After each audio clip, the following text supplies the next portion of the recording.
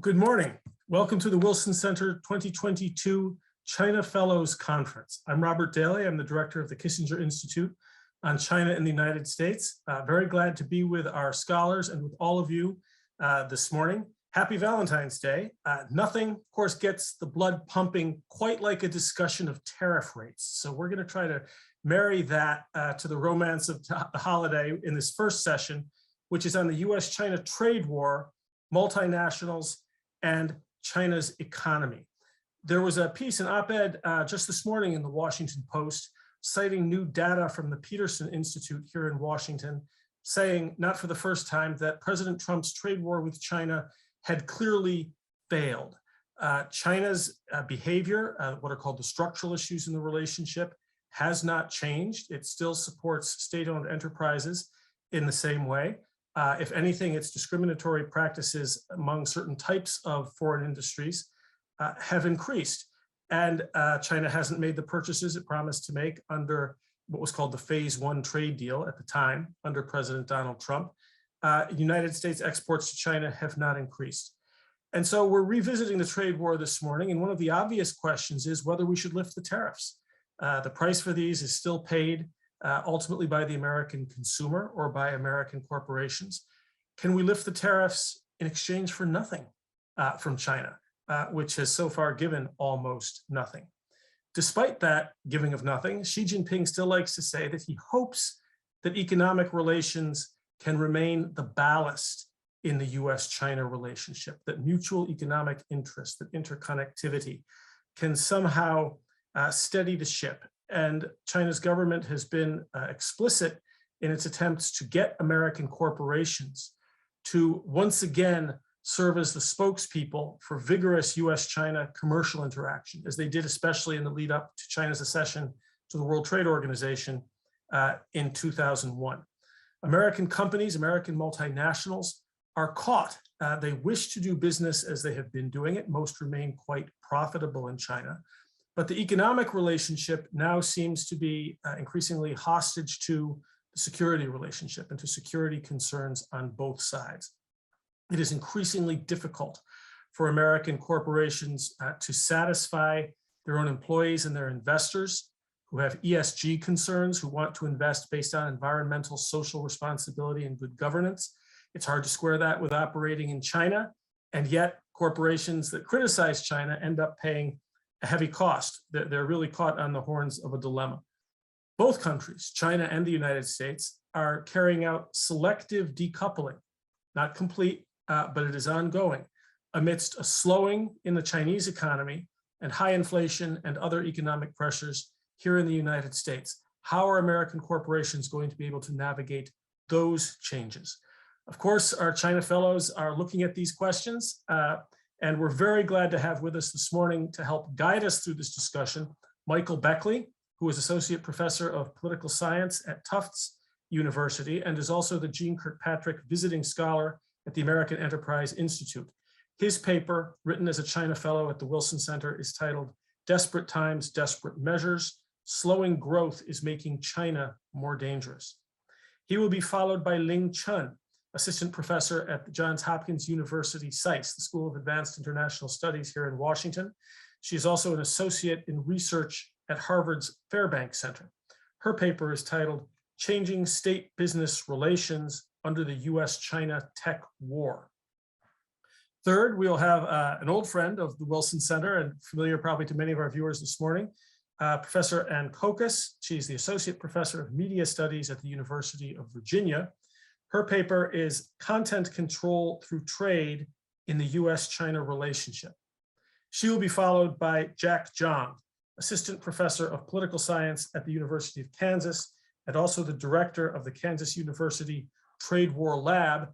And he will be telling us about his paper, which is titled "The U.S.-China Trade War and the Tariff Weapon."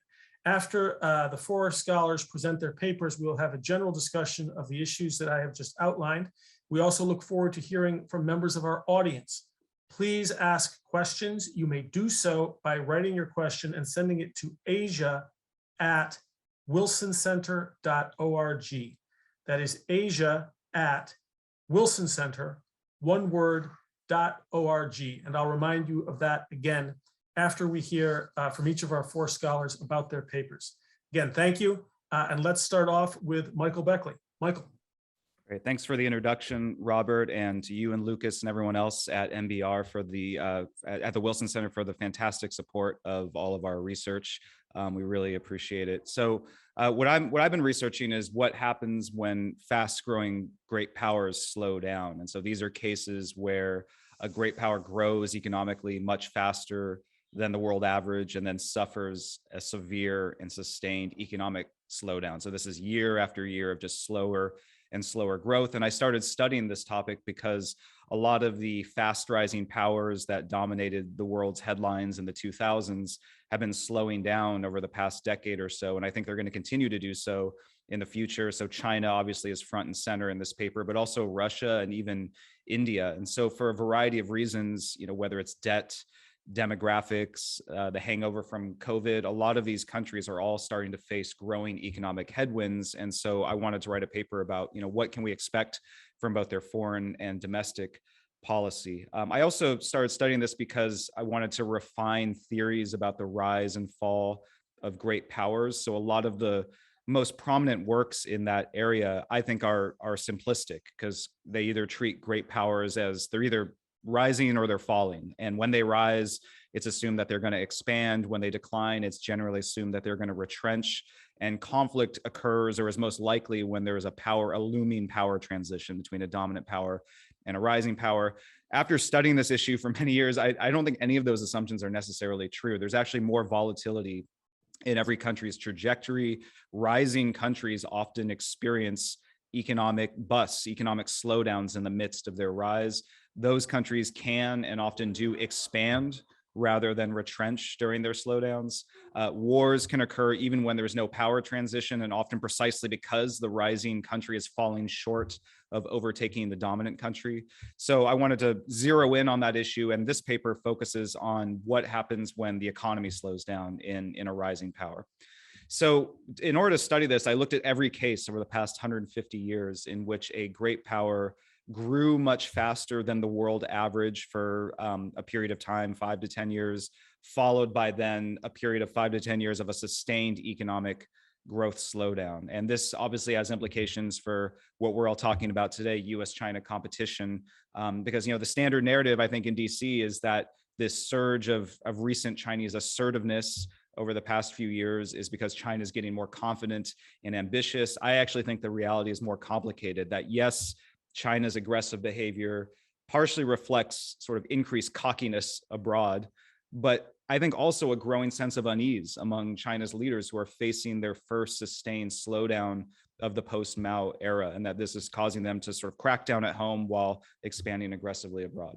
So the main argument of the piece is simply that the hypothesis essentially is that when fast-growing great powers slow down, they don't sort of mellow out. They usually actually go out in highly mercantilist fashion. And by mercantilism, I don't mean, hoarding gold and obsessing about trade balances. I mean using state power to manipulate markets in favor of the ruling regime, and doing that through a combination of closing up the domestic economy more while expanding internationally. So cracking down on internal dissent and protecting the domestic market from foreign competition, but at the same time pumping investment overseas to stimulate demand for the country's exports, and as well as to secure critical resources and technologies.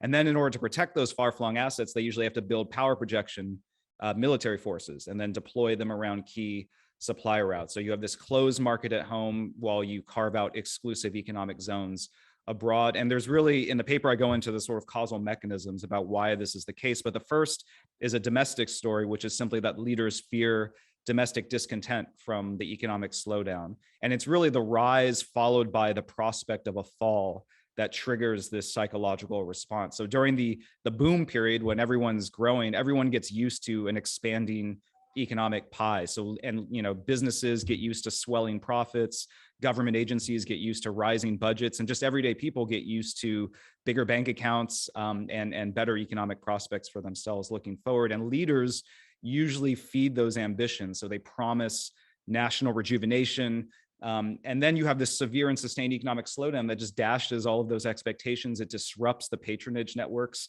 that leaders have set up to remain in power. And so the resulting discontent gives leaders powerful incentives to expand abroad because they need to drum up new sources of revenue for the government. They also want to rally the people around the regime. And so doing big, ambitious projects abroad is one way to do that. And then at the same time, they repress dissent. The second causal mechanism is sort of the fear of foreign predation. So like when a great power is growing rapidly, other great powers tend to become alarmed because they see this rising power in their midst. And so they start to look for ways to balance against that rising power. And then when the rising power starts to slow down, its leaders often worry legitimately that its rivals are going to try to exploit the situation and pounce on them during their moment of weakness. And they also may feel that they face closing windows of opportunity to accomplish long-standing national aims that they've promised the people that they're going to accomplish, as well as opening windows of vulnerability as their economy looks set to slow down in the future. And so they start to become obsessed with credibility, maintaining a tough face, trying to act tough. They try to lock down vital goals and resources while they can. So it's generally not a great response. That said, not every great power sort of shoots the moon during tough economic times. And so the study points out that there are likely at least two intervening variables that kind of modulate how aggressive the response of the great power is going to be. And the first intervening variable is what the University of Virginia scholar Dale Copeland calls trade expectations, the great power's expectations for future trade. So how open are international markets? How secure are international trade routes? How competitive are the great power's goods on those global markets? Because if the international economy is open and the great power has competitive goods to sell, it can potentially rejuvenate its economy through free trade and investment. It can rely more on markets rather than mercantilism. But if the international economy is closed, or if its goods aren't competitive, then the great power may have to use state power to sort of shove, bribe, fight its way into foreign markets and secure those critical resources. The second critical factor is regime type. So authoritarian regimes, I hypothesize, are just much more likely to turn to mercantilism when economic times get tough. And one reason behind that is they usually have state-dominated economies. When the government owns the commanding heights of the economy, the heavy industry, the banking system, you have this fusing of political and industrial power. And what's good for big industry is good for the regime and vice versa. And when the government has that direct stake in the survival of major firms, and then when the major firms have substantial influence in the government, then the government is especially inclined as well as capable of shielding those firms from foreign competition and then helping them go abroad and expand abroad when profits dry up at home. And so these kind of governments are highly unlikely to liberalize and turn to free markets during an economic slowdown, because that would require them to cut all the subsidies and protections for state-favored firms that they've built up. And that would, of course, disrupt the crony capitalist networks that really keep the regime both rich as well as in power. Democracies obviously are not immune to crony capitalism. There's plenty of shenanigans going on in democracies as well, but they tend to have less state ownership, and political power in a democracy typically represents a more diversified portfolio of economic interests that often push in different ways. Also, just when you have a change of power, with each administration, it just causes a much more diffuse economic policy. And you might have some groups that favor mercantilism, some groups that favor liberal markets. So there's more competition about the sort of trajectory and the position that the country is going to take. So to test these arguments, I looked at every case where you had a rapidly growing great power that then suffered a sustained economic slowdown, and the results, you'll be shocked to hear, the results support my theory. And I have a few sort of key findings. The first is that mercantilist expansion is the norm. In other words, there was no case where the great power just kind of went quietly into the good night. They all significantly expanded their economic and military footprints abroad during their economic slowdown. So there wasn't a case of sort of rapid retrenchment. And the only real question was sort of how they went about this expansion and to what degree they did. And so there are a number, I don't have time to go through every single case, but I'll just give you a snapshot. So, the United States, for example, in the late, you have the Civil War, Then you have a couple of decades of rapid economic growth, and the United States is rising. And then in the 1880s and going into the 1890s, you have a succession of depressions, a huge economic slowdown. And the United States reacts to that by, first of all, violently suppressing labor strikes at home, while at the same time pumping investment and exports into Latin America and East Asia, eventually annexing territory there, and then building this gigantic navy to protect its far-flung assets. This huge expansion of the United States as a global power goes after you have this series of economic slowdowns. Russia around the same time basically did the same thing. So Russia in the late 19th century has a severe economic slowdown, and the Tsar responds by putting 70% of the country under martial law while building the Trans-Siberian Railway and then occupying parts of Korea and Manchuria to lock down the resources there. And they don't stop expanding until Japan boots them out in the Russo-Japanese War. Japan and Germany, in the interwar years, they suffer economic crises after the Great Depression, and both countries turn to authoritarianism and go on rampages to seize resources and smash foreign rivals. Sort of less known are cases like France in the post-war era, where after a post-war boom in the 1960s, the French economy sort of fizzles in the 1970s. And the French government reacts by basically trying to reconstitute France's economic sphere of influence in Africa. So they deploy 14,000 troops to their former colonies there. They embark on a dozen military interventions there over the next 2 decades.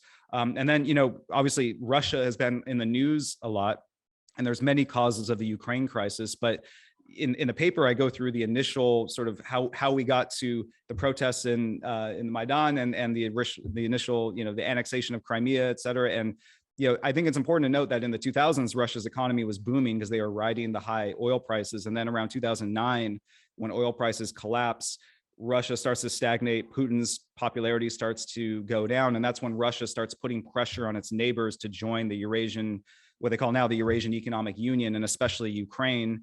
Ukrainians have other ideas about joining the EU, and that sets up the showdown that I think partially explains how we got to where we are today. And so then finally, looking at China, since 2008, China's growth rates have fallen by more than half. Debt has ballooned more than 8-fold in absolute terms, and productivity has declined by more than 10% over the last decade. And at the same time, China has been responding with what I characterize as sort of exponential increases in both domestic repression and international expansion. And some of these initiatives start under Hu Jintao. You can trace their origins in Chinese documents to 2009, 2010, 2011. But basically, internally, China has dialed up nationalist propaganda. It's erected the most advanced censorship and surveillance systems in history. It's doubled internal security spending. Xi Jinping has appointed himself dictator for life. And at the same time, internationally, China has tripled foreign investment. It's quintupled overseas lending over the last 10 years. It's to gain privileged access to foreign markets and resources and technologies.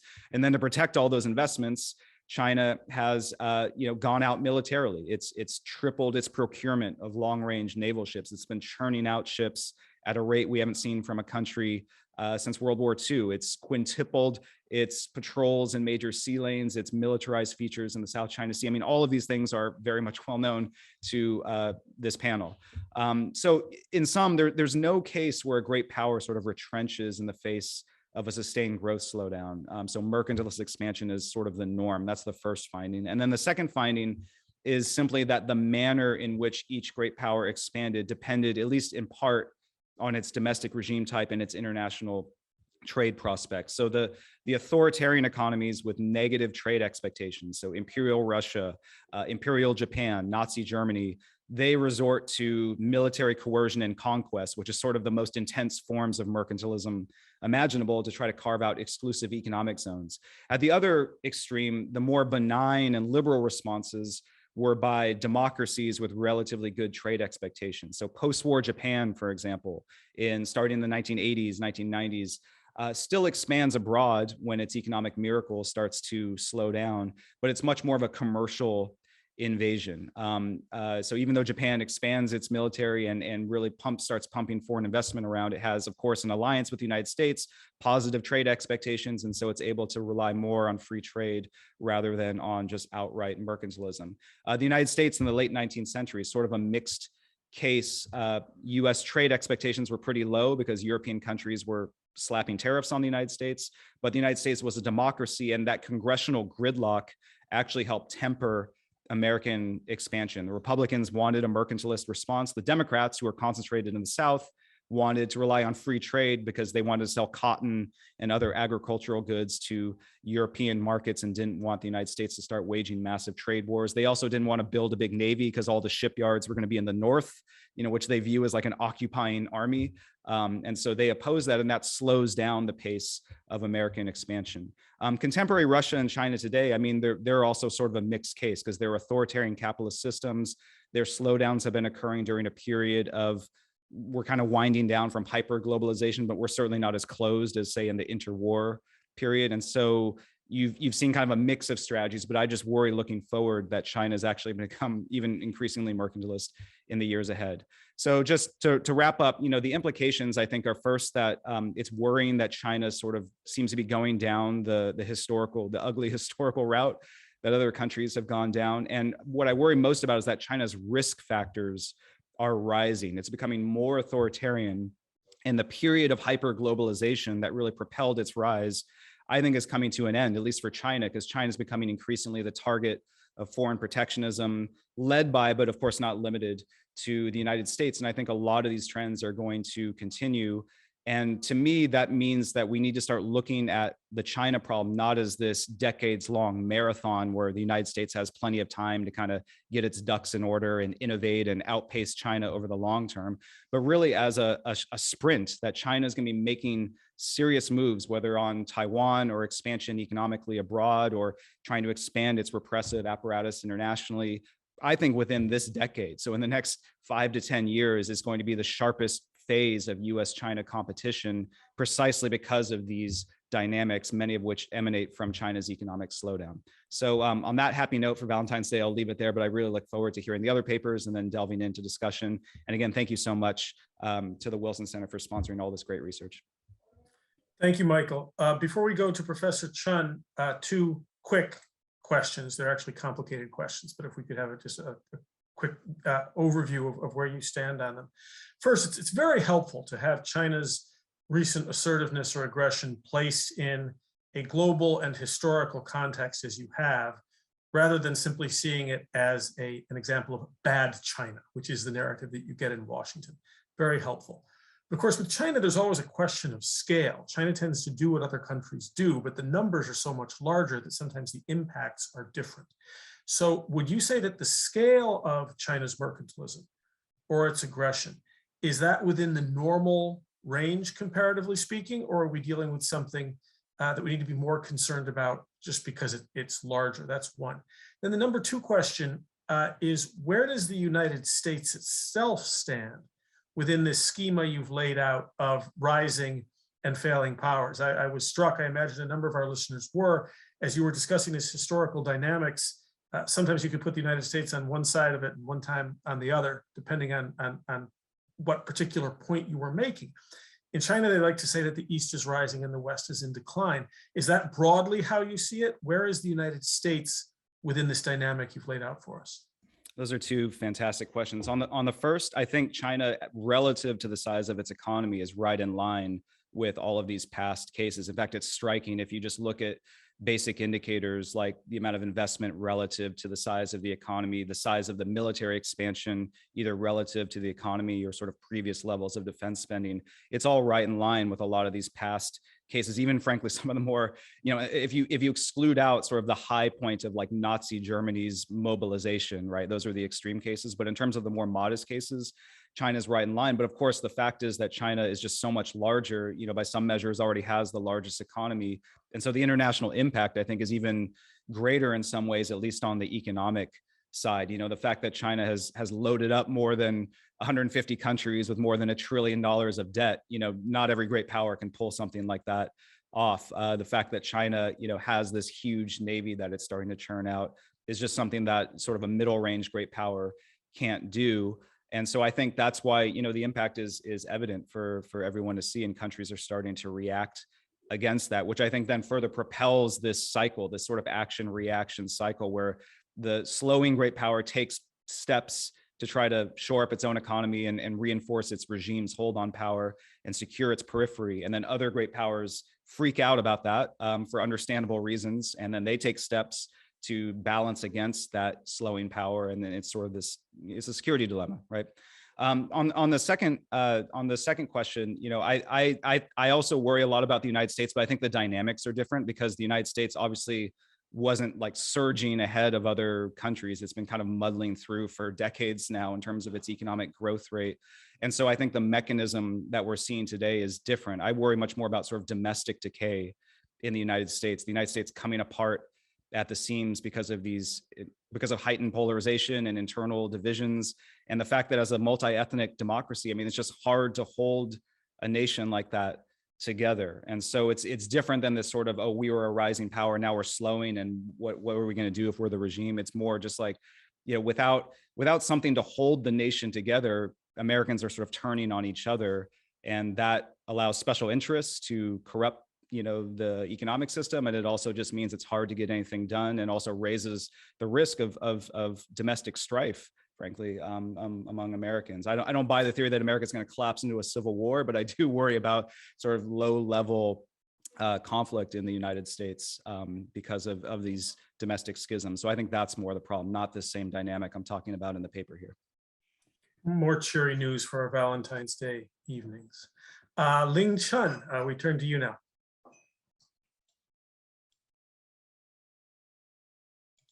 Thank you, Robert. I'm honored to be here today. Because of time limitation, I will focus on the U.S. China tech war, and I'll ask 3 questions. First is, can the United States weaponize the supply chain effectively during the U.S. China tech war and afterwards? And second, relatedly, is have China's business collapse after the launch of the tech war? And third, will the strategy help US to ultimately win the technology competition, which is presumably the final goal that US is trying to achieve during this tech war? So first, can US weaponize the supply chain effectively? The answer is rather complicated. Usually, higher positions on the value chain means more proprietary knowledge, higher profit margins, and more bargaining power. That's the standard theory of the global value chain. And that's why the United States was able to launch the tech war in the first place. So the first round came in 2019 when the US prohibited firms to provide hardware and EDA software to Chinese companies on the entity list. But there were loopholes. So the second round of tech war made sure that no part of supply chain touched China, and no third-party firms could use American equipment. And this, of course, caused far more interruptions to the global supply chain. However, as I will discuss in detail, this strategy can also generate several counterproductive effects. So have China's business collapse after the launch of the tech war? The short answer is no. Here we have to delve more into the evolving state business relations in China before we turn back to look at the state business relations in the United States. So China has tried 3 approaches for technology learning and upgrading in the past. The first was the joint venture approach, and the state pretty much acts as matchmaker to form joint ventures between the foreign firms and domestic state-owned enterprises. But such marriage has always been problematic. The foreign firms focus on market shares and had no intention to carry out R&D and China branch at all, or typically they carry out certain kind of R&D that's not real R&D because that's not the real goal of the foreign firms. And the China side, typically the state-owned enterprises also did not have enough initiatives to push hard to actively learn. And the second approach of technology upgrading was rapid integration into the global value chain. And that include broader actors such as private firms, and that lasted all the way till before the trade war and the tech war. But in the hardware high-tech sectors, the supply chain was highly modularized, with most of the Chinese firms trapped at the bottom, trying hard to expand their own volume production horizontally rather than upgrading vertically. So firms like Huawei and ZTE, which had fairly intense R&D activities, actually were exceptions rather than the norms a decade ago. But even then had to fight even they had to fight fiercely with each other in order to carve out the lower niche markets in developing countries. So a decade ago, their largest enemy was not United States, but it was each other. The term we often heard like wolf culture and typically associated with Huawei being aggressive occurred because it's very intensive fierce fight with ZTE, not because of their initially fighting with the United States. Note that there were also indigenous startup tech firms and those Chinese firms, high-tech firms that were not nearly as well known as Huawei and ZTE. And these firms sometimes had cutting-edge technology, but they were having a hard time finding the right market and customers to scale up. If one could easily get components from existing firms like Intel or Broadcom or Qualcomm or all these firms, then why would one bother to purchase their product? So these firms are having a hard time too. So under such context, one had to correctly understand the background of Made in China 2025 plan, which was not innovated in China 2025, it's Made in China 2025, precisely because it emphasized advanced manufacturing. It was too hard to always run behind and catch up in existing technology where US and Western firms were already a leader. So instead, China, by emphasizing ability of advanced manufacturing, hopefully it could become leaders for a broader set of industries such as new materials, equipment, and green energy. But after the US launched the tech war and cut off the supply chain, the often taken for granted components, the crucial components, were no longer there. So the focus now are on core and crucial technology, and that focus has reemerged in the national discourse. And techno-nationalism is clearly rising in every aspect, and the success or failure of these Chinese tech firms were interpreted as a matter of national survival. For example, in October 2020, the Politburo holds a connected study of the quantum technology organized by President Xi Jinping. And China started to build a national ecosystem that runs at multiple levels. It's a technology innovation system where there's a vertical parts that connecting all the way from central government to the local governments, and horizontally connecting tech firms with research universities, research institutes, and so on and so. So the 14th year plan also devoted significant attention to creating such nationwide system, or what Chinese call 举国体制. So Huawei itself has front-loaded order with TSMC, but also started chip fabrication, invested in domestic EDA startups to deal with chip design. And there was indeed sharp decrease of domestic sales of Huawei mobile phones, for sure, but it also sold its Honor brand to the consortium of business in Shenzhen, which means the Honor's sale should also be taken into consideration when we look at the Huawei sales. And equally importantly, the previous lack of demand for some tech startup started to improve. And precisely because with the start of the tech war, Chinese firms immediately started to think about what would be the technology backup suppliers for my products, and turn to these high-tech startups that they previously ignored. So in short, there was direct negative consequence from the tech war for China, but the war actually helped to force the business to align with the state's agenda in technology development and accelerate speed when the business was deprived of the crucial components, which was previously not there, right? The kind of alliance was previously not there. So it galvanized China back into developing hardware core technology. And note that this system does not necessarily guarantee success. There are plenty of failure stories and problematic stories happening in Wuhan, in Anhui province of the central China. We're trying to build chips, and there are scandals as well. But it's actually fairly consistent throughout the Xi era in terms of nationwide. And this was significantly different from experience of online platforms like Alibaba or Jingdong or Didi, because the latter were not seen by the state as core crucial technology, and these firms gain access to sensitive data. So the concern was quite different. And furthermore, China does not have the most advanced chips, but it does have some lower tech chips used in cars, for example, which were in demand right at the second. So in fact, SMIC just reported had a record high sales and 4 times of the profits last year by fabricating these chips for the cars. So in this regard, the tech war is counterproductive. But further restraining the U.S. ability to weaponize its supply chain ability has been the fact that U.S. firms are not necessarily on board. So U.S. firms were beneficiaries from the global value chain by reaping huge profits by providing core components. Not surprisingly, the U.S. firms worry about unfair competition with foreign rivals that were not banned from trading with China, because the Huawei ban alone is estimated to wipe out $30 billion revenue from the U.S. part.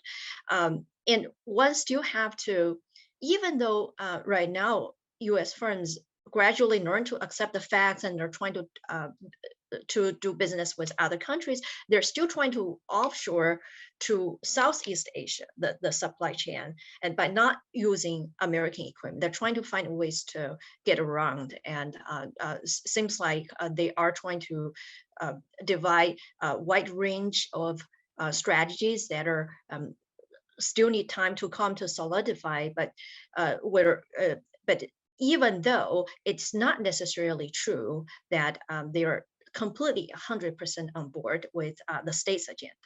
But beyond the U.S. firms, the situation is even more complicated. There is Taiwan's TSMC that awkwardly wedged between U.S. and China, with some talent and scientists actually already flowing from Taiwan to mainland China.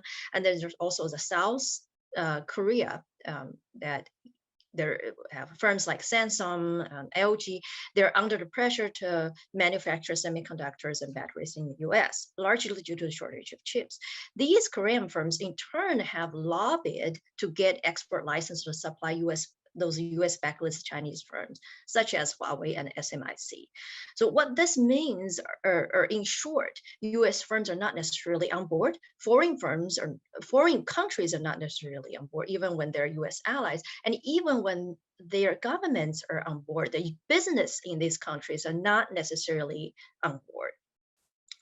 So therefore, there are several important policy implications for the US. The US government could not, I would say, should not or could not single-handedly block off everything to create an export vacuum for Chinese firms, because there were business players both in and outside the US that still sought to recover the broken supply chains. And this is too much information for the Bureau of Industry and Security, the bureau under the Department of Commerce, to supervise all the supply chain information. There needs to be, if this to happen, this too complicated a thing to really watch everything in the supply chain.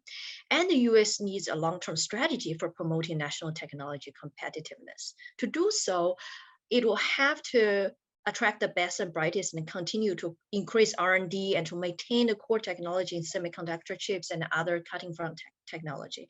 But more importantly, the US needs ability to scale up the fabrication of the core components so that it can actually rely on US firms themselves to do so.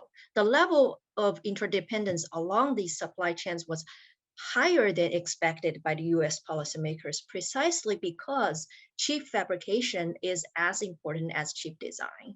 And therefore, only having chip design without the ability to scale up means that countries that do have such ability will have their bargaining power. So the US have to choose between either, if they want to block up the supply chain, then have to make sure they have both stability for design and manufacturing, or if they can't do that within, let's say, the next decade, then they will have to go with the interdependent supply chain approach, right? I will stop here and look forward to your questions.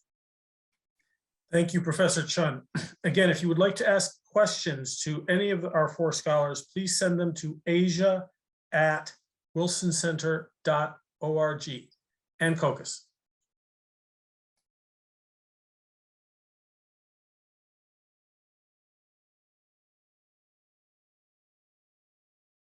Hi, everybody. Hi.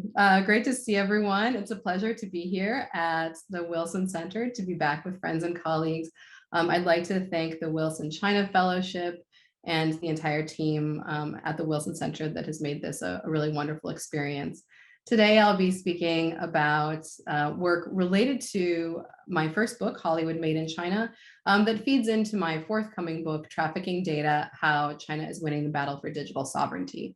And what I'll be arguing today is that content control of platforms and media in the United States by Chinese firms at its core is a trade issue spurred on by U.S. corporate interests and increasingly expansive Chinese government oversight, not just domestically, but also internationally. And I really appreciate the arguments made by the previous panelists, because I think it feeds into a lot of these questions of the shifting power dynamics between China and the United States based on mercantilist practices, as well as the interdependency of the technology landscape.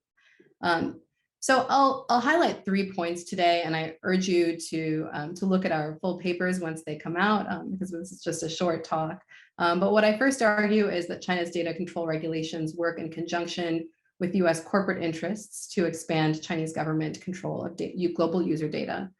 Similarly, content control regulations for media combine with trade interests in the U.S. media and technology sector to drive collaboration with Chinese regulators. And by collaboration, I mean really this focus on thinking through what Chinese regulators might need or want in order to preserve market access. And then finally, I argue that content control of platforms and media in the United States by Chinese firms requires U.S. policy responses that recognize the powerful role that U.S. corporations play in shaping the relationship between the U.S.-China relationship and in shaping the global media landscape. So China's data control regulations work in conjunction with U.S. corporate interests in expanding Chinese government content control of global user data. China's 2017 cybersecurity law asserts that all critical information should be controlled by Chinese state-owned firms, not just domestically. The 2021 data security law empowers the Chinese government to conduct national security audits of all corporate data globally. What this ultimately leads to is a global oversight by the Chinese government of data generated by Chinese firms around the world, as well as by international firms in China. And this is a process that we've seen evolve over the past several years, and I'll just give you a couple of quick cases. So we saw immediately after the implementation of the 2017 cybersecurity law, Apple set up a data sharing partnership with Guizhou Yunsheng, a Chinese state-run data center in Guizhou, to store their data. Additionally, there were reports of the iCloud data of US-based iCloud accounts being swept up into that data transfer. Then moving forward, following discussions of the divestment of TikTok following the Trump executive order, the Chinese government implemented national security oversight over algorithms developed by Chinese firms when the firm seeks to export that algorithm to another country. Such framing means that global data fed into the Chinese algorithms of Chinese platforms can become a national security asset. Finally, codifying global oversight of global user data, the 2020 Hong Kong National Security Law integrates this idea of extraterritorial oversight of content control, infrastructure control, and extraterritorial oversight. So combined, these 3 regulations, as well as a suite of other related ones, ultimately establish a framework for the Chinese government's localization of data to government-run servers, as well as extraterritorial control of data. Now, this has significant implications, not just for Chinese firms, but for any firms that seek to do business with those Chinese firms or that rely on them. So any firms that do business with TikTok or WeChat or a whole host of Chinese data gathering firms in other sectors like health or gaming or automotive or drones, consumer products. Now, this also relates back to these issues of content control. So a lot of similar dynamics are actually operating here in the relationship between the trade implications of content control regulations and data control regulations. So what we see is that US firms have a financial incentive to capitulate to Chinese government requests because of these cross-platform and because of cross-sector interests by US firms in accessing the Chinese market. And this has to do with the fact that a lot of the media firms that we're talking about have multi-sector interests that are not just related to individual pieces of content that they're exporting, but to entire platforms or to larger capital investments. So I've talked a lot about this in my work, and again, I'll direct you to my book, Hollywood Made in China, as well as other writings, but most recently we've seen an uptick in in shifts in content control, and even a shift in Hollywood studios, allowing for films to have endings changed in their films, as in the case of Fight Club or Winnie the Pooh most recently. We also see that in the case of Disney and Universal, there are significant capital investments in China in the case of theme parks and other related ventures. So as a result, they face a consistent bind every time they make a film, every time they make a media product that they seek to release in China, between maintaining their relationship with Chinese regulators to preserve these capital investments, as well as the content that they release globally. And most recently, actually right now, related to this, we see the case of NBC Universal, the US broadcasting home of the 22 Beijing Olympics, which must contend with the risk that its coverage runs afoul with Chinese regulators, as it has major capital investment in China, as well as journalists operating domestically in China. Within this, at the intersection of the media and technology sectors, we see that way that social media platform and really jack of all trades platform WeChat leveraged the reliance of US corporations as well as US users on the platform to drive not just its own advocacy, but advocacy by users and advocacy by trade organizations to preserve access to the platform in the face of the Trump executive order. We saw similar phenomena occur in the case of TikTok, with US-based lobbying organizations advocating for TikTok during the period of the Trump TikTok ban, in addition to its own corporate efforts. So really this entwinement of the US media and entertainment sectors with Chinese media and tech firms is at the core of content control efforts, much more than any kind of specific Chinese government efforts to restrict content, is this entwined ecosystem, which, as Ling was talking about, creates vulnerabilities not just in China and related to content, but vulnerabilities even more so in the United States. So to tackle the policy challenges presented by content control of media and communications industries in the context of U.S.-China trade, there are a wide range of different potential solutions that can be addressed. However, the key issue in the US is how to deal with the domestic landscape in the US context. Because ultimately, it is US corporations that are making the decision to work closely with Chinese firms.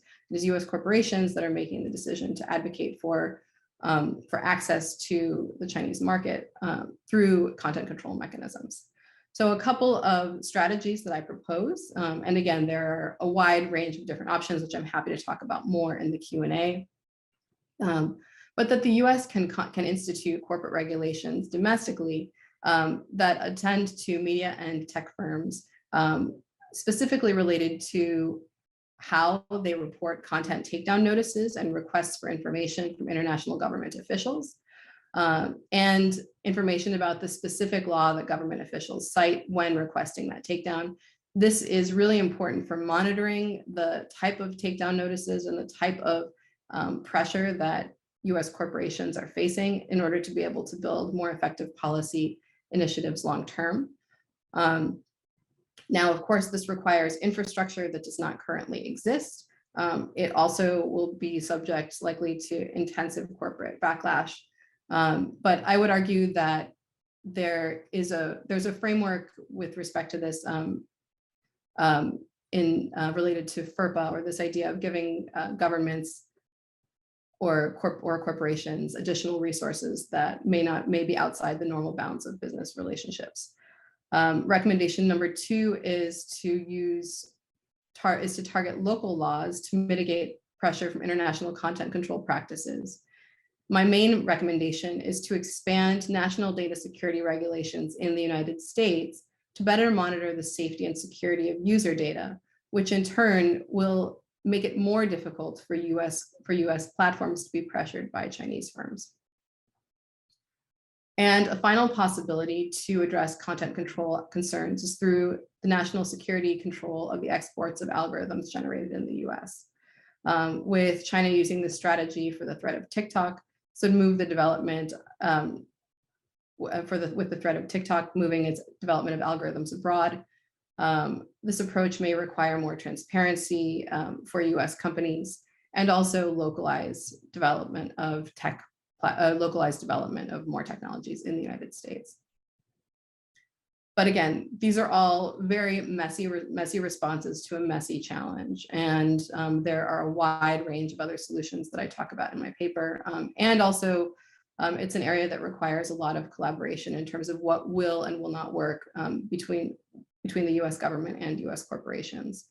But ultimately, content control of platforms and media in the United States by Chinese firms is at its core a trade issue spurred on by US corporate interests and market growth and increasingly expansive Chinese government oversight, not just domestically, but internationally. Ultimately, what this means is that to be successful in the current American economic climate, policy suggestions need to constrain the power of US corporate interests in amplifying Chinese government policies. Thank you for your time and attention, and I welcome your questions. Thank you, Anne. Let's go to Jack John.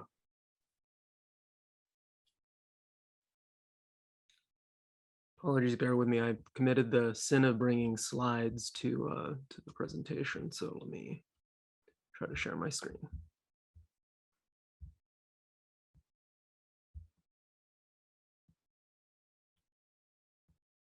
Okay, can everyone see that? Looks good. Wonderful.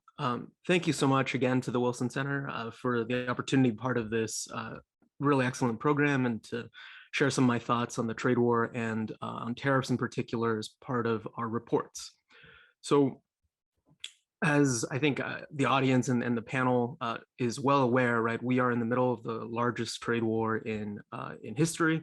Average tariff levels between the United States and China have increased by something like sixfold. This is the largest increase in tariffs since the Smoot-Hawley tariffs before the Great Depression.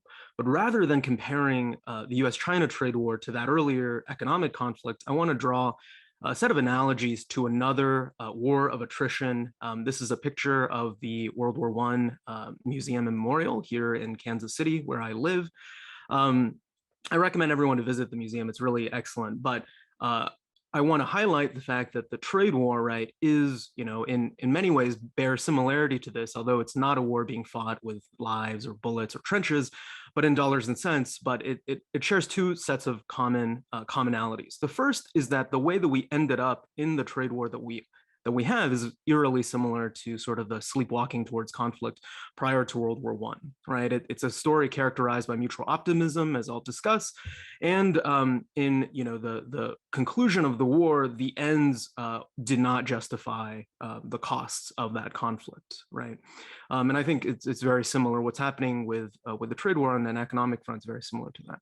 The second is that World War I generated a whole new array of weapons, right? From submarines, the aircraft, mustard gas. And so too has the U.S. China trade war in spurring the development of new economic weapons or instruments, right? But not all weapons are equally effective on the battlefield. We choose to use some rather than others.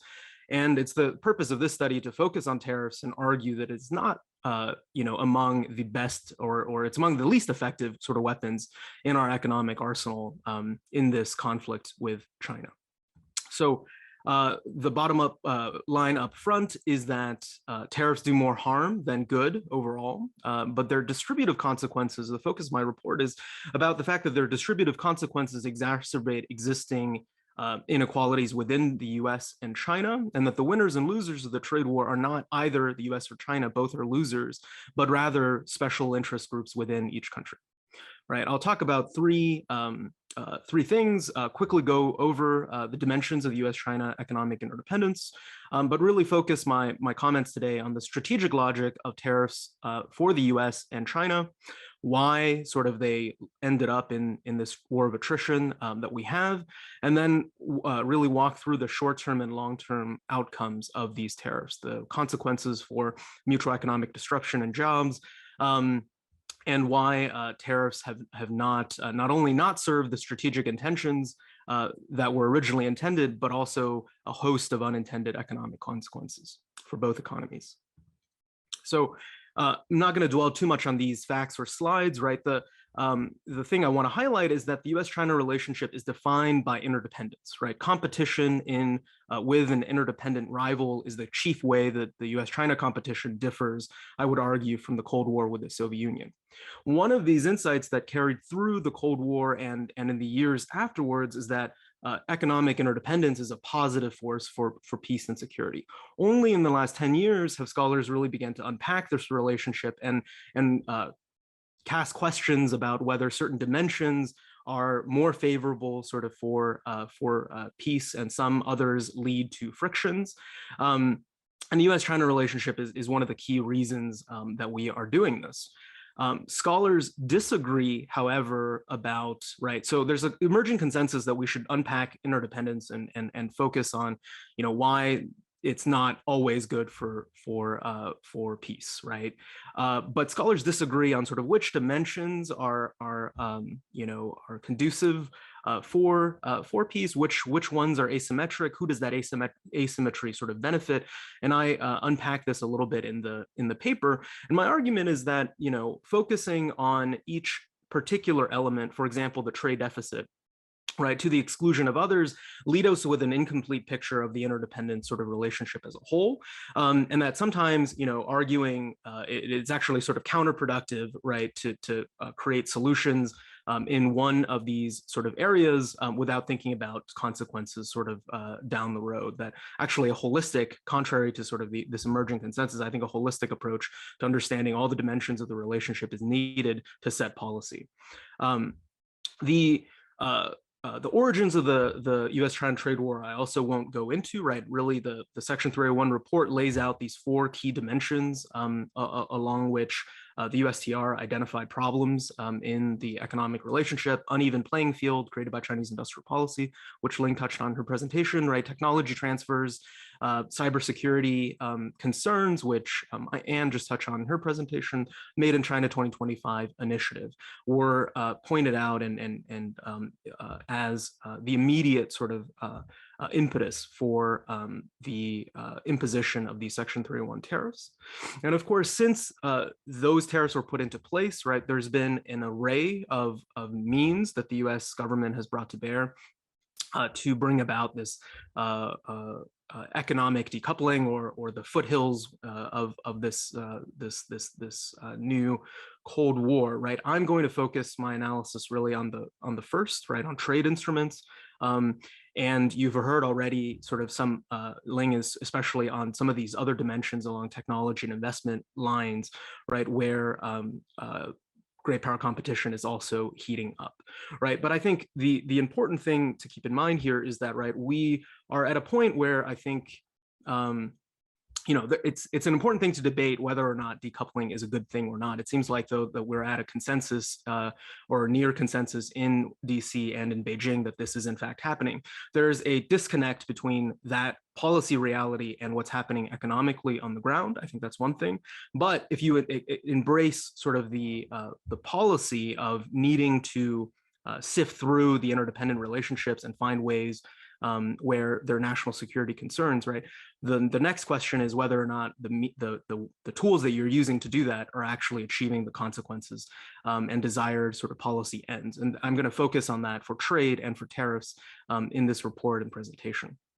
So for the US perspective, right, the strategic logic of using tariffs was a result of compromise and sort of a strategic muddle between achieving four sets of goals that are that are sometimes at odds with each other, right? And you can classify these into two sort of basic camps, which those covering the Trump administration have done, right? So the first strategic goal was to achieve leverage, right? Use the tariffs to achieve leverage and push for or change the incentives for multinational companies operating there to generate some costs and push China to make some difficult economic reforms. This logic assumes that some degree of cooperation is possible, right? That the tariffs are means to these policy ends. By contrast, right, there are three sets of nationalists I call logics, right? One is to reduce the bilateral trade deficit, which the president and some of his advisors were particularly focused on and baked into the phase one deal. Another one was to punish China, right? This idea of punishment, payback for Chinese economic aggression and undercutting Chinese competitiveness, which assumes, in contrast to the leverage logic, right, a zero-sum sort of competition and about imposing costs for the sake of imposing costs. And finally, there's a protectionism logic, which is to shield domestic producers from foreign competition and selectively compensate supporters, which has been embraced by Congress and also by the current Biden administration, right? So four sets of logics that were set out, four sets of goals by different advocates of tariffs. And rather than picking among the goals that they were trying to achieve, the Trump administration just kind of lumped it all together and made these maximalist demands on China that let everybody put their concerns sort of into the ask, right, as part of the trade war.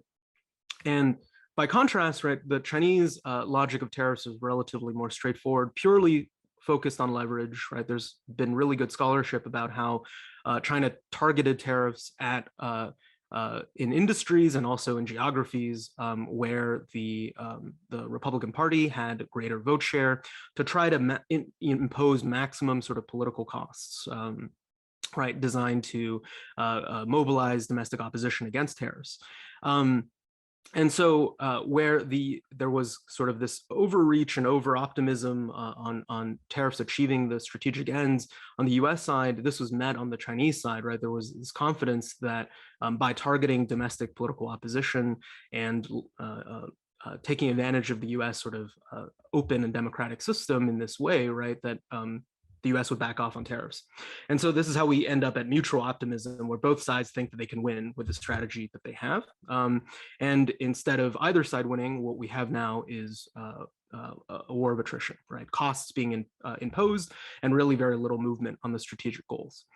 So to quickly go over this, right, the tariff impact on the US has been now studied in a wave of really good economics literature. It is fairly large, even after you control for revenues generated by these tariffs. We're looking at something like a $7.2 billion loss in the first 2 years alone, right? This is about, I think, 0.1% of US GDP, which sounds small, right? But that's the equivalent of taking out a Topeka-sized economy, from the US, and that is, from the perspective of Kansas, large, right?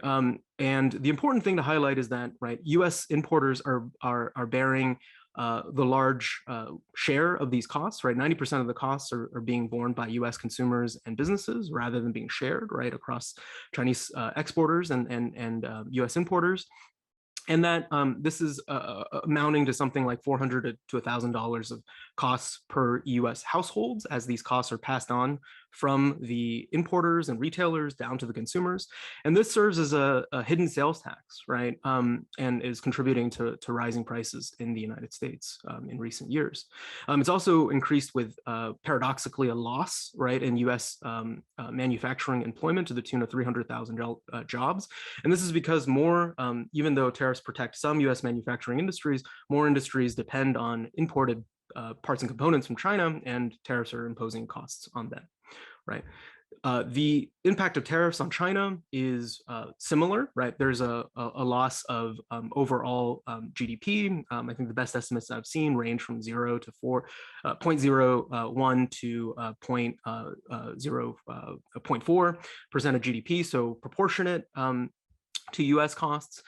There is studies that show a concentrated sort of loss of jobs in China's exporting geographies.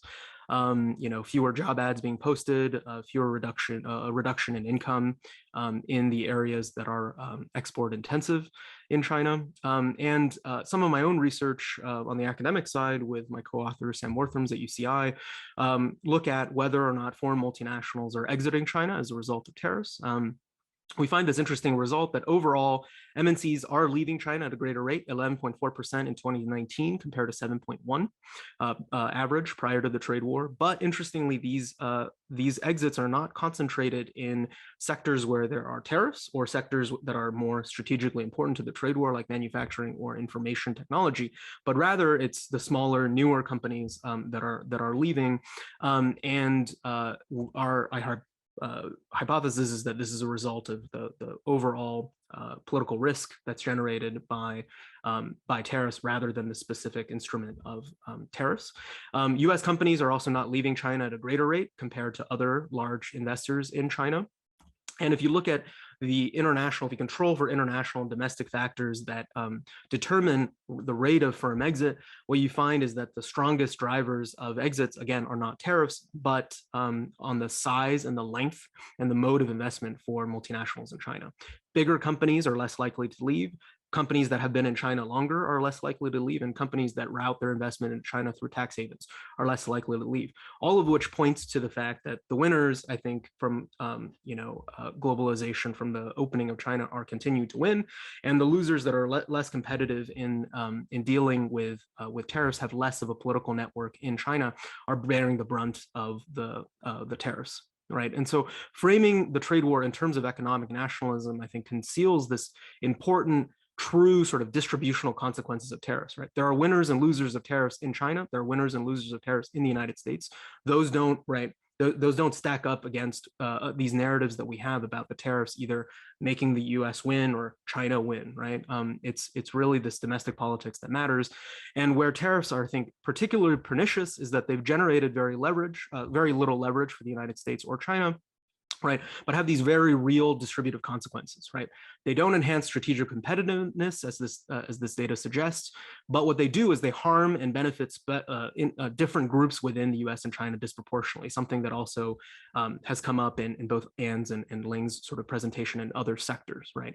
I think tariffs are contributing to consolidation, right? Where larger U.S. MNCs or MNCs in general that are able to deal with these costs and are able to change their business models to adapt to the policies of decoupling are profiting. And this is why we see that very few, right? 1.6% of MNCs, American MNCs in China, have any plans to move production out of China, according to the latest survey in 2020.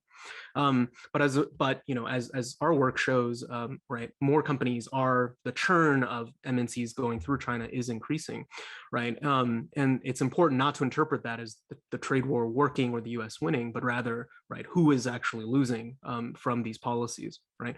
And on the U.S. side, right, the trade war is generating greater push towards cronyism, as something Mike mentioned his sort of in his presentation about these declining sort of rates of growth and what the responses are likely to be, right? In China and in the US, I think the trade war makes it so that those with political access are able to try to shape policies and shield themselves from the negative consequences at the expense of the larger economy and consumers and smaller producers, right? So here's some evidence about that, right? The dramatic sort of rise in lobbying activity after the trade war in the USTR is one sort of set of evidence for this.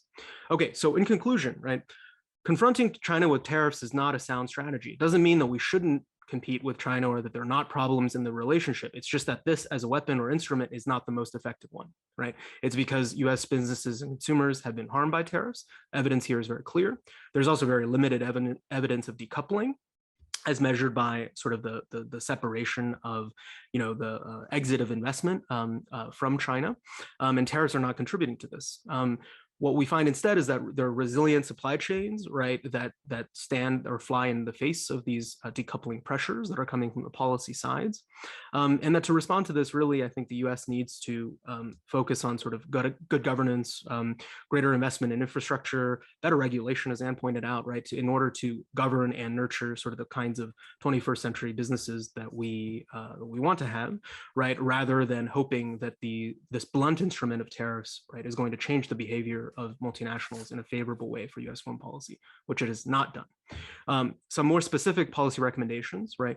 I think the Biden administration has this unique opportunity now with rising tariffs, rising inflation, and the news about the failure of the phase one deal to reframe the characterization of tariffs not as tough on China, but as bad for the American economy, right? As a way to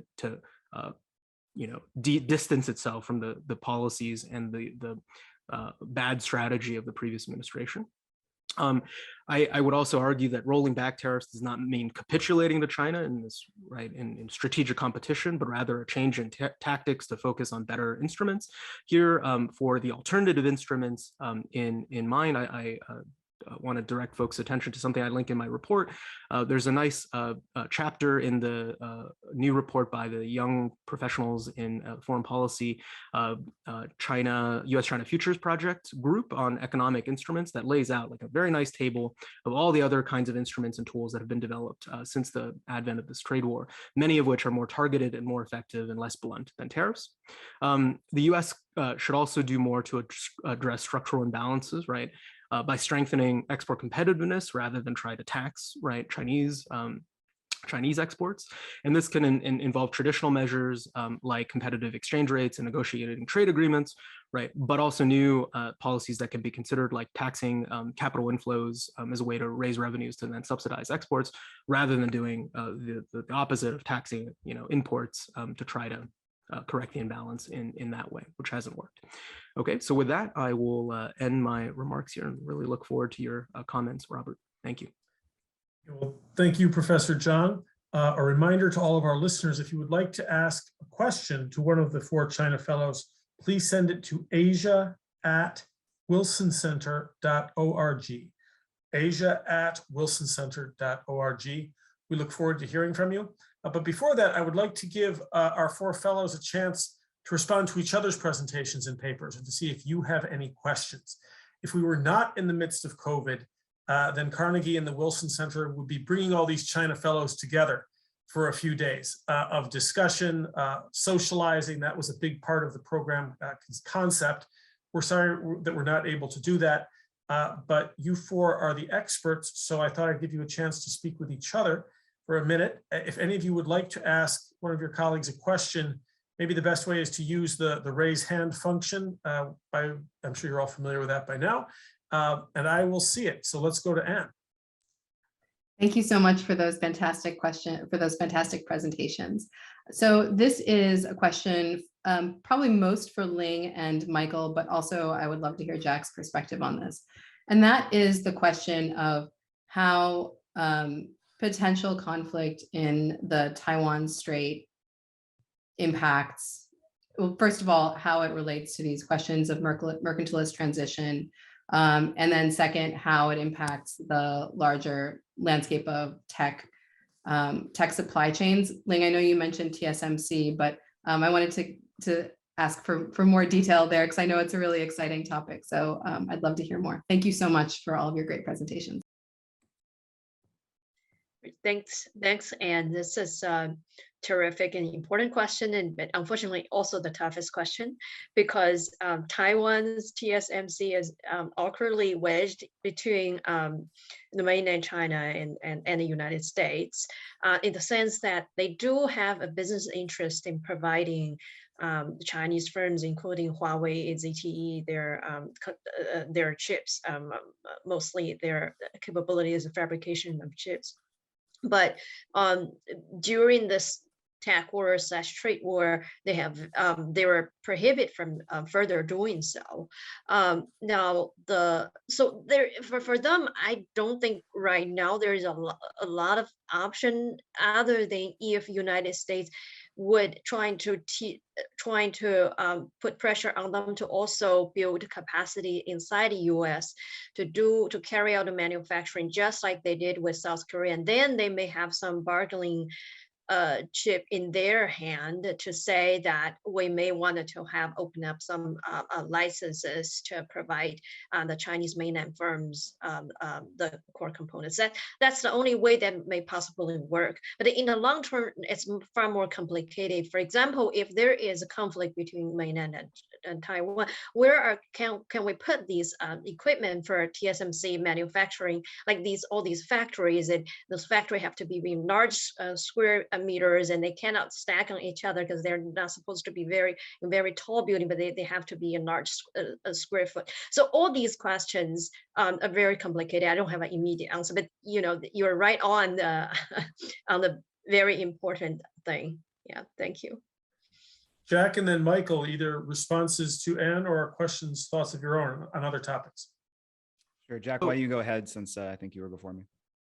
I have a question, but I guess a quick thought on Anne's sort of excellent sort of speculation about Taiwan is ever since I did field work in China for the first time for my dissertation about how multinationals are responding to political risk coming from military sort of conflict, right, is a surprise that they value and weigh risk so differently than policymakers, right? That TSMC, of course, is, the executives, I'm sure, are aware of, right, these geopolitical risks, but they've been latent sort of in the cross-strait relationship for a long time now, for decades, and they still made these decisions, calculated sort of risks in China, and largely because of the expected sort of profits, right? And so I think the real challenge is, right, it's not that firms are not aware of these risks, is that they're not willing to pay the costs for them, because if you overhedge, you could end up spending a lot of money and then for something that doesn't happen, right? So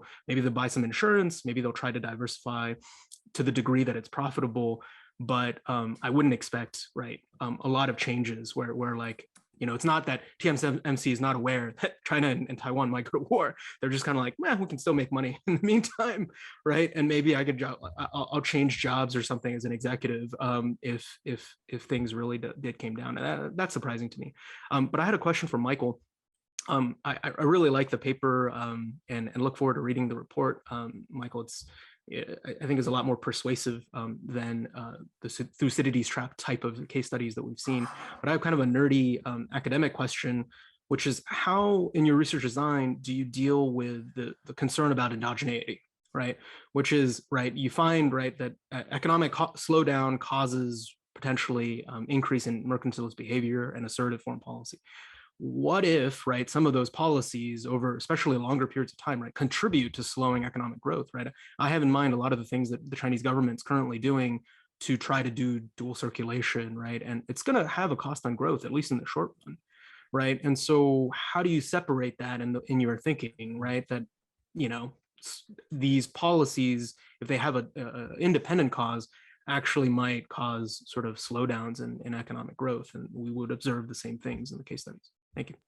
Yeah, that's a fantastic question. I mean, I think the short and unsatisfying answer is using the timing of the cases and just trying to chart those as carefully as possible, and then just doing careful process tracing. I mean, that's why the paper really ends up being a qualitative examination with these sort of sprawling case studies, because it's just so complicated and tough to analyze. I would say that, I mean, the downturns I'm looking at, we're talking about at least a 50% drop in, I mean, like massive economic downturn that's sustained, that I don't think can be quite explained by sort of changes in policy. And frankly, a lot of the policies, the mercantilist policies that these countries implement are, I agree with you, in the long term are probably not great for their growth. So something like dual circulation is not going to be great for China over the long run. But in the short term, often they're expansionary. So they often, end up pumping a lot more money into the economy and trying to promote exports abroad. And so if anything, you get sort of a short-term stimulus because you have the state now intervening so heavily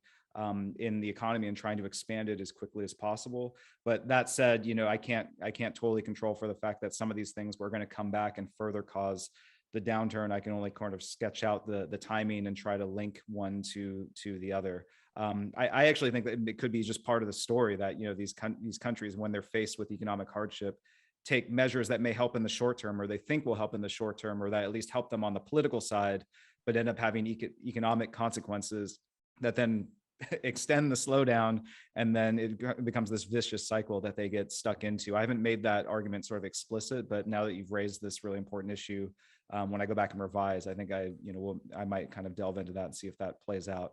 I actually, if there's time, I had questions for everyone, so I'll have to limit myself. But maybe for Jack and Ling, I'm curious about what you all make of China liberalizing the situation for portfolio investors. And so you have firms like BlackRock, you have Wall Street basically just pouring in to China at the same time that China is cracking down, both domestically and internationally in so many other ways. So it's becoming so repressive in many ways, but is now letting all these portfolio investors in. So like, why is China doing that?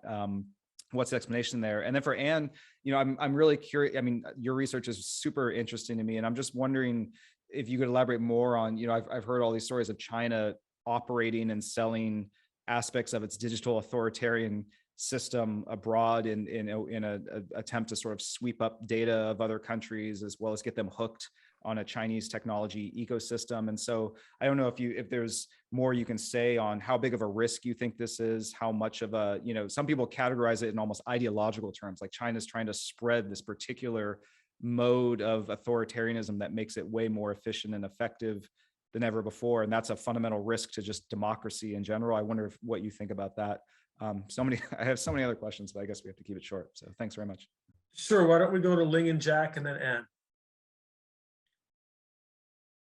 Okay, let me add the first shot for Michael's great question. Yeah, so there's inconsistency for most observers, but for Chinese policymakers, they may be consistent that their evaluation, what is important and what is risky, may be different from Western observers. For example, Western observers tend to put Amazon and Google and Alibaba and all these things into one category.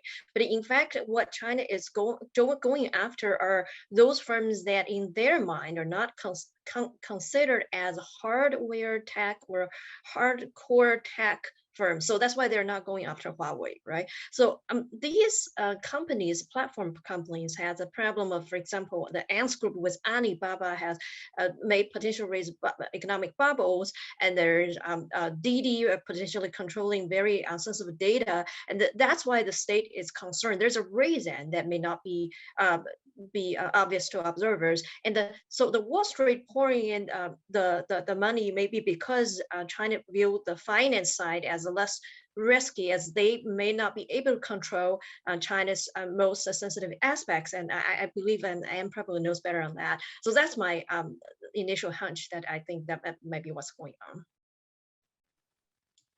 Yeah, really quickly, I agree with Ling, right? I think it's because China doesn't view portfolio investments as risky, and it serves the positive benefit of raising capital for domestic listed companies, right? Which is perfectly in line with where sort of Beijing is, and it highlights, I think, this the fraught sort of nature of looking at these different kinds of interdependencies and then coming up with policy what to do, right? Because it's the exact opposite of what the U.S. is trying to do here now with a lot of securities reforms, right? Is try to limit a lot of that money from coming to the U.S. and listing on these markets. And I guess the hope of those policies is that it'll somehow hurt China, right? But if the consequence is that you channel more money into Hong Kong and Shanghai, those are actually probably easier to control from from Beijing's perspective, and so it could be really counterproductive, right? So I think it's another dimension of these.